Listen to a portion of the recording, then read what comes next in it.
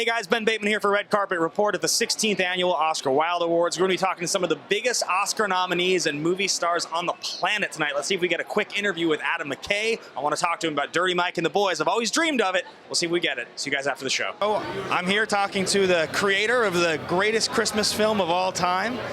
Many people believe it to be. How do you feel all these years later about the reaction people have to Love Actually? Be honest. I mean, I'm very puzzled, it has to be said. But I do think it's like a happy film. And as I get older, I get a bit more serious. And I'm delighted that when I was young and happy, I made something that was so perky.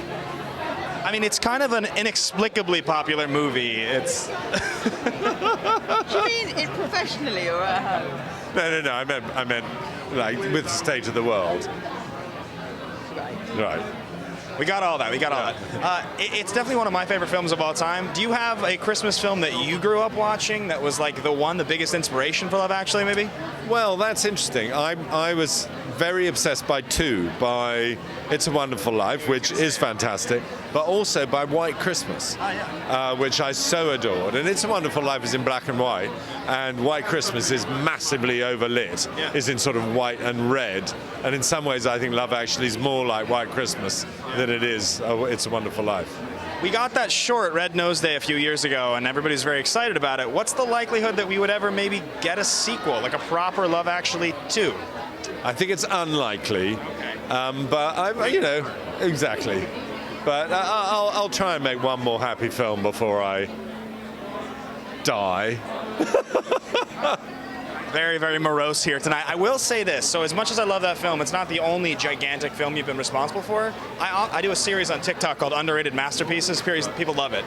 And one of the movies that comes up the most is About Time. People always bring it up. They always say, that's the great film that you haven't seen yet. It's on every airplane I'm on. I've seen it several times. People love that movie. What is it you think about your films that brings so much joy out of people? Gosh, I mean, that is my favorite of my films, I think, in many ways now. And, I mean, all I'd say is I've been the beneficiary of much love and joy, very happy youth and family. And I think I managed in my films to kind of hang on and reflect that. So I hope that that's perhaps the reason that I genuinely, feel I know quite a lot about happiness and family and friendship, and I hope they're there rather than me sort of pretending to deal with those things. Is there a particular movie that people approach you about the most and tell you that it had the biggest impact? Is it Notting Hill or what?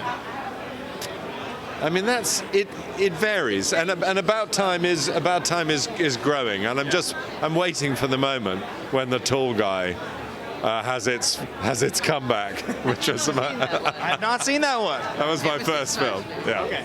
Yeah. I'm pretty good at this stuff. I'm the former world champion of movie trivia, so I'm surprised I didn't know that one. But I know your career well. Emma Thompson's first movie. Okay. And really? Jeff Goldblum, yeah. Their first movie? No, not Jeff's first movie. No, it was Emma's first movie. Yeah. But the thing about people's favorite movie, boys like About Time. Interesting. Yeah. It's the boy-dad thing. Yeah. Whereas Love Actually's got a more feminine. Okay. More universal. Okay. Well, wow. I'm now very eager to talk. For me, as it were, on that theme, Worst Person in the World is one of the best movies I've seen since like Lost in Translation. I think that's going to be the movie that 10 years from now everyone said, you did see Worst Person in the World, didn't you? And Belfast. And Belfast, yeah. You got to get the Belfast plug in, every person on this card, but it's very important. So, guys, thank you so much. It's really nice to talk to you both, and it's wonderful to meet you both. That about wraps us up here at the 16th Annual Oscar Wilde Awards. Thank you guys so much for watching Red Carpet Report. Be sure to hit that subscribe button and leave a comment below. We'll see you on the next one.